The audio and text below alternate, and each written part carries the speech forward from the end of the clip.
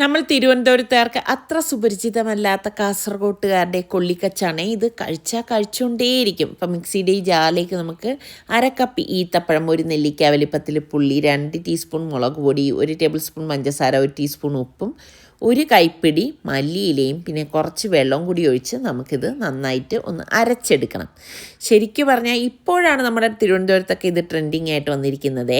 അപ്പം ഞാൻ ഇതിൽ നിന്ന് കുറച്ചെടുത്ത് വായിലോട്ട് വെച്ചു. അടിപൊളി ടേസ്റ്റാണെന്നേ പറഞ്ഞറിയിക്കാൻ പറ്റത്തില്ല. പിന്നെ കൊള്ളി ചിപ്സ് വേണം. അതൊരു കണ്ടെയ്നറിലേക്ക് ഇട്ട ശേഷം നമ്മൾ ഈ അരച്ച പേസ്റ്റും കൂടി ഇട്ട് കൊടുക്കാം.